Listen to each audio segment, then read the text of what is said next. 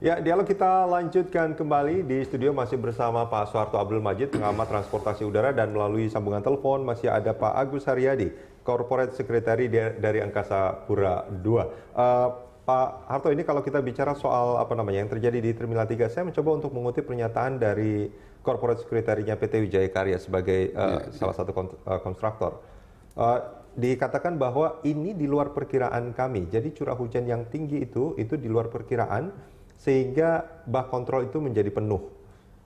Nah, ini kan kalau dari pernyataan ini sebetulnya ada satu desain yang mungkin kurang cermat untuk memperkirakan apa yang akan terjadi seperti itu, Pak Harto. Iya, jadi kalau menurut saya mestinya kita semua itu harus kita antisipasi ya.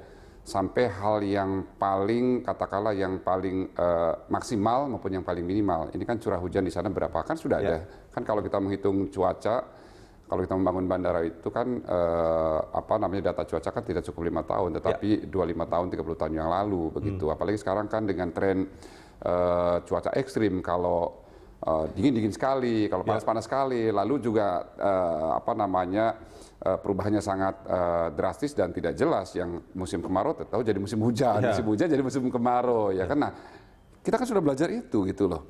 Kan di situ kita diskusi dengan ahli-ahli cuaca dan sebagainya. Ya, dan ini sebelum dipergunakan pun seingat saya juga pernah ada masalah juga, blank spot kalau saya tidak salah sebelumnya. Iya. Saya artinya gini, Pak, saya melihat dari sisi antisipasi gitu.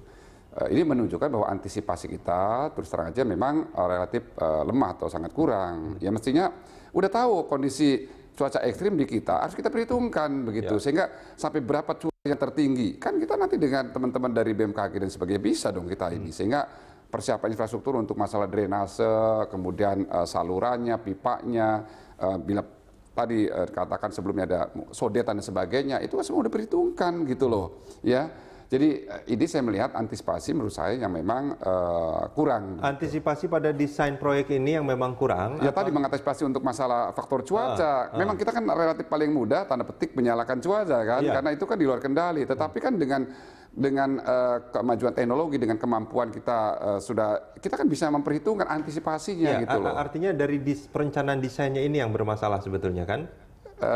Bukan pengerjaannya sebetulnya. Bisa juga. Ya, kayak gitu ya. Oke. Bisa jadi ya.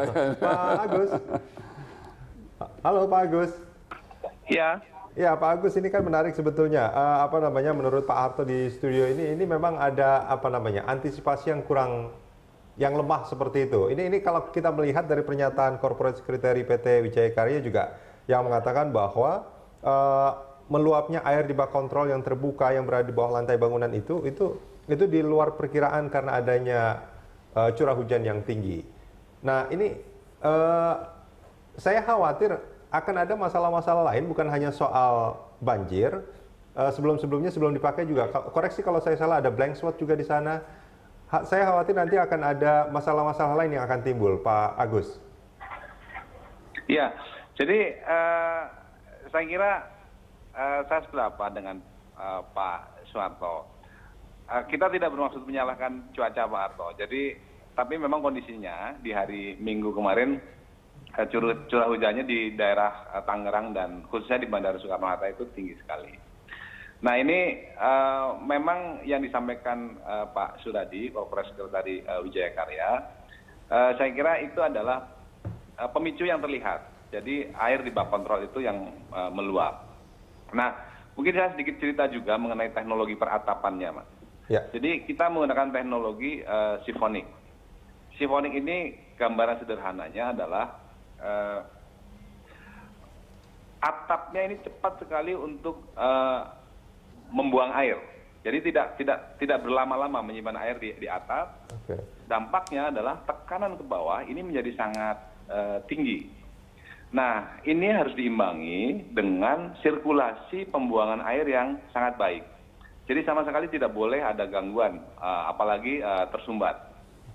Nah, kemarin yang terjadi, ada beberapa titik yang kita duga tersumbat, sehingga kemudian secara teori air kemudian menekan di titik mana yang terlemah, itulah yang kemudian terjadi luapan. Oke, Pak, Iya, Pak Agus, ini saya jadi ingat dulu di Jakarta itu ada gorong-gorong yang terjadi banjir di dekat istana, yang seolah-olah ini katanya disebutnya ada sabotase, padahal cuma ada kulit kulit kabel yang menyumbat. Apakah seperti itu? Ini gambaran saya seperti itu sebetulnya yang terjadi, Pak Agus. Iya, kalau ini beda lah dengan kasus yang terjadi di DKI Jakarta. Jadi Ya. saya pikir ini mungkin ketidakcermatan pekerja di bawah yang barangkali tidak hati-hati membuang sampahnya. Ditambah lagi memang ada beberapa pekerjaan yang tadi saya sebutkan ada kaitannya dengan terjadinya luapan itu. Ya, itu maksud saya, Pak. Artinya sebetulnya analoginya seperti itu, ada sesuatu yang menyumbat drainase sehingga aliran air itu menjadi tidak lancar. Iya. Artinya kalau misalkan sumbatan itu diangkat, semestinya aliran air segimanapun berasa seperti kemarin misalnya, ini tidak akan menjadi masalah. Iya. Nah, Oke. ini yang saya sampaikan, Mas Rudi, bahwa saat ini kami sedang mengerjakan tambahan bypass. Oke.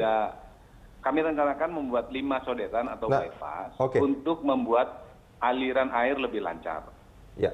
Nah, itu sebetulnya pertanyaannya di situ, Pak Agus. Kalau memang ini sumbatan-sumbatan itu bisa diangkat, mengapa harus membuat sodetan lagi? Atau sebetulnya memang ini sejak awal kurang diperkirakan?